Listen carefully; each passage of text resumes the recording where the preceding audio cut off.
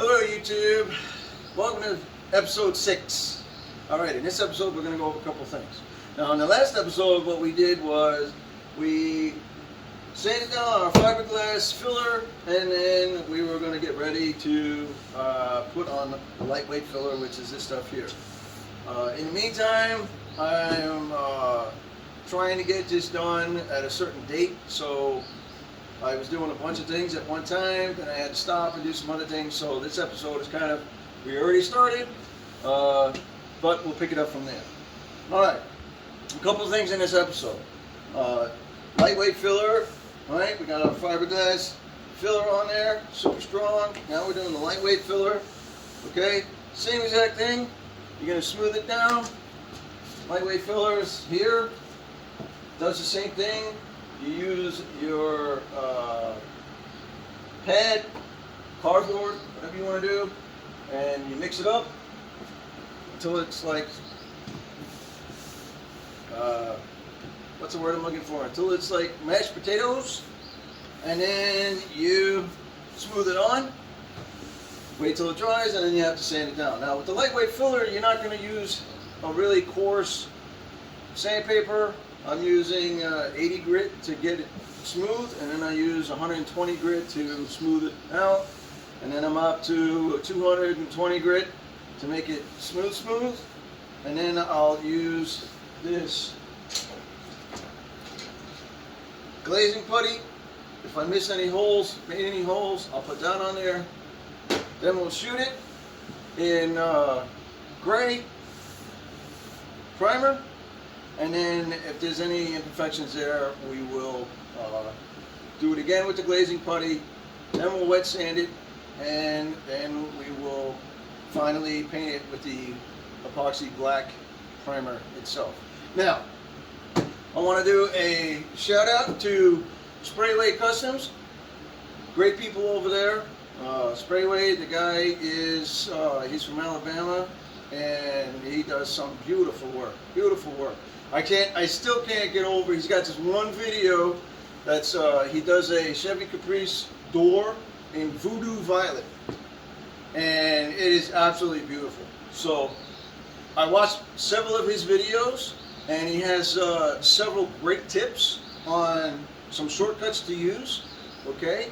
So, I'll put the link below, and we can, you can check him out. Sprayway Customs does some phenomenal work. He also introduced me to what I actually never thought. I've been doing this for a while, not professionally, of course, because I'm no professional. And these videos are for the non-professional. It's for, you know, we're going to try this. Let's try it out. And if it works, great. If it doesn't work, then, you know, we'll go from there. But that's the purpose of these videos. These are educational videos. And my videos are a little bit longer, a little bit more, I talk a little bit more on some occasions because I want to show you every little detail, okay? Every little thing that could possibly happen or could possibly go wrong. You know, some guys are just like, okay, we're going to sit here, we're going to do this, poof, and next thing you know, it's done. And you're like, wait a minute, what happened? What did you do? How did you get there? Da, da, da, da. So, my idea is to sit there and show you exactly what we did, why we did it, okay? And this went wrong, that went wrong, okay, and so on and so forth. So, again, Sprayway Customs got some great videos that he does. He shows you how to do some painting. He shows you different guns to use. I mean, he's got some great stuff. His work is phenomenal. Okay, and he introduced me to Rondout, and I think that's how he pronounces it. But it's basically lightweight filler mixed with epoxy resin. And then it turns into a really soupy, not soupy, but more of a clam chowder type consistency, okay? And then you pour it on to your work, and then it just flattens out and fills up all of the holes and everything else, and it's super. So it's 90% of your work is just about done right there. And I've done that on the front fenders. Okay, I'm going to do it. Here we are on the front bumper. I did say in episode 6 we were going to work on we were going to show you the work on the front bumper. T, why don't you come around here? And okay, so this is the front. All right. I have the shape that I want. This is the final shape. Now what I'm doing is that this is the fiberglass filler. This is a real hard filler stuff. This is the lightweight filler. Okay, so we put this on. This is going to just smooth out our holes and dimples. These are aluminum uprights. They were plastic. We threw them out because we didn't like the way that they fit. So now I fiberglass these in. Okay, and these are aluminum. So this is our front bumper. I have been working on it. Now we're just at the smooth it down portion of it. You can show the bottom now. So we're at these. That'll be a good blooper. So we're at the smooth down portion of it. Okay, and so what we're going to do here now, this is our final shape. We're going to sand this down just a little bit, then we'll use a lightweight filler to go over this again, and it'll be nice and smooth. Okay, so, and what I'm going to do is I'm going to turn it on its end,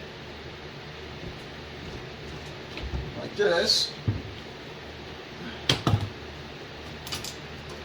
and then I can use the rundown, okay, and I'm going to sit there and mix some of that up with the epoxy, the lightweight filler, and I'll put that on here, and it will level itself out. Obviously I'll have to hold this up and make it flat, but it will level itself out and fill in all of these holes and make it smooth. Then I'll have a whole lot less sanding time if I use the spatula and so on and so forth. So really great stuff. It's on Sprayway's website channel, and he'll show you a video on how to make it, okay, and how he uses it. So great stuff on his site. Appreciate the time that he's taking to actually do those videos too. He's an inspiration. He's helped us, and he's helping other people. So we appreciate that.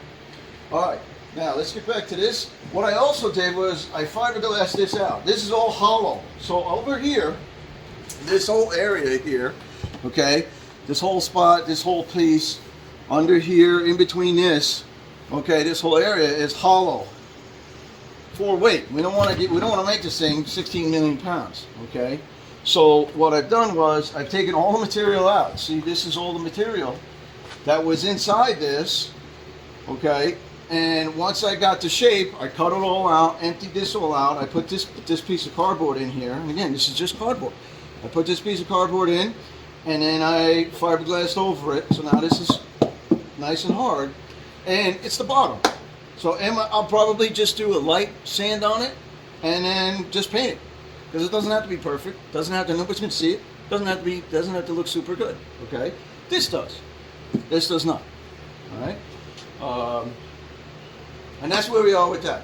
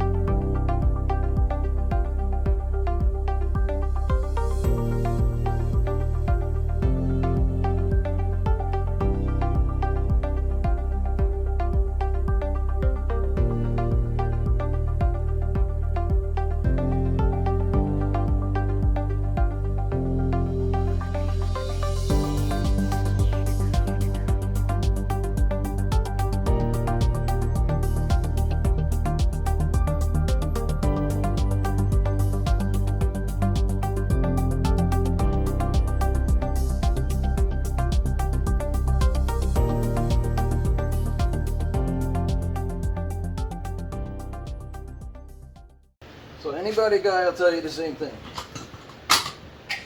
When you think you're done sanding, you're not done sanding. If you think you're close, you're not even close.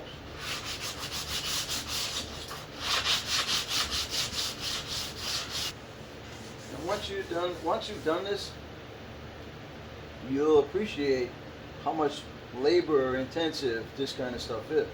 That's why when you go look and you look at a wide body kit that you want to put on your Mustang, or even if you see a wide body kit for other cars, they're $3,000 and $4,000 because a lot of labor went into making that kit.